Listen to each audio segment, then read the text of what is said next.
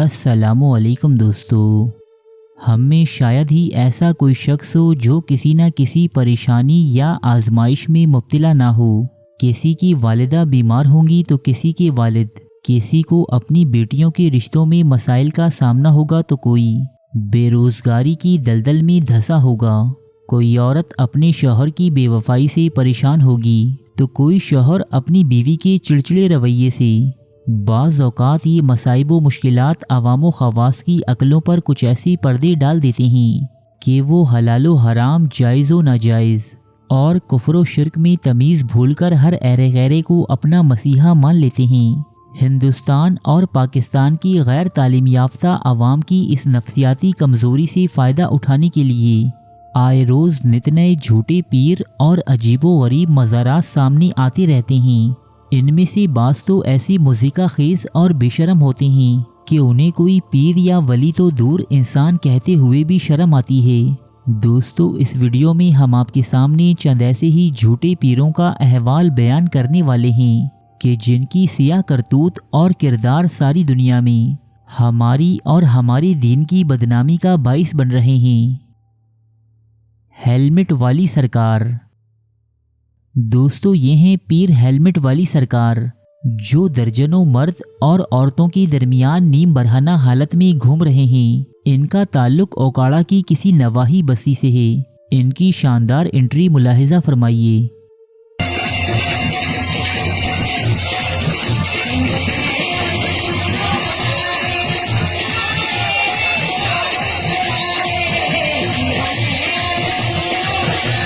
ان کے چاہنے والے ان کی آمد پر نہ صرف قوالیاں گا رہے ہیں بلکہ ان پر نوٹوں کی بارشیں بھی کی جا رہی ہیں، جبکہ ان کی حرکات و سکنات کو دیکھتے ہوئے ایک عام آدمی بھی بخوبی یہ اندازہ لگا سکتا ہے کہ ہیلمٹ والی سرکار کے ہیلمٹ میں دماغ نام کی کوئی چیز نہیں، یعنی یہ شخص ایک ذہنی مریض ہے جسے اس کے آس پاس کے چالاک لوگوں نے ایک پیر کا روپ دے کر اسے اپنی حرام کمائی کا ذریعہ بنا لیا ہے۔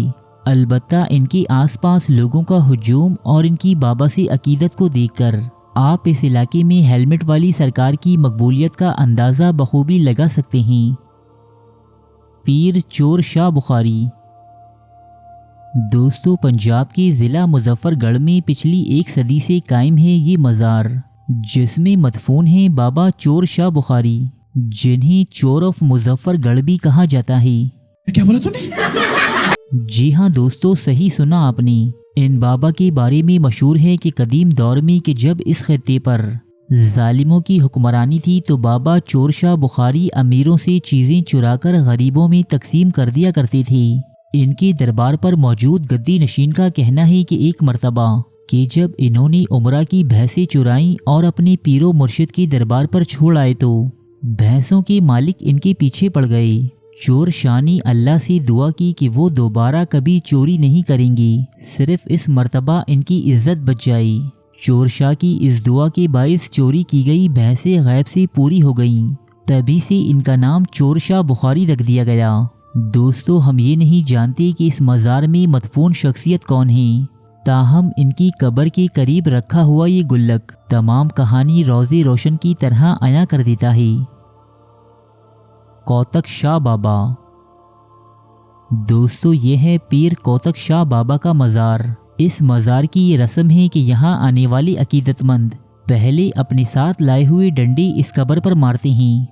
مقامی افراد کا یہ عقیدہ ہے کہ اس عمل کو کرنے سے بابا کوتک شاہ جاگ جاتے ہیں اور ان کی مرادیں اور فریادیں سنتے ہیں۔ بعد ازاں یہ مریدین جاتے ہوئے اپنے ڈنڈے اسی قبر کے اوپر یا دائیں بائیں لٹکا جاتے ہیں تاکہ بابا کو ان کا کام یا منتیں یاد رہیں۔ پستول والے بابا۔ گولی والے بابا۔ دوستو، بابا کے ہاتھ میں موجود یہ گن آپ کو بظاہر ایک کھلونا لگ رہی ہے، لیکن بابا اور ان کے مریدین کے مطابق یہ ایک AK-47 ہے، مگر انسانوں کے لیے نہیں، بدروحوں، بلاؤں اور دیگر آفات کے لیے۔ ان کا اور ان کے مریدین کا ماننا ہے کہ بابا اس کھلونا پستول کی مدد سے بڑے بڑے بھوتوں کو بھون کر رکھ دیتے ہیں، نہ صرف جن بھوت بلکہ اپنے مریدین کے تمام آلام و مصائب کو وہ اس کھلونا گن کی مدد سے صفائی ہستی سے مٹا دیتے ہیں۔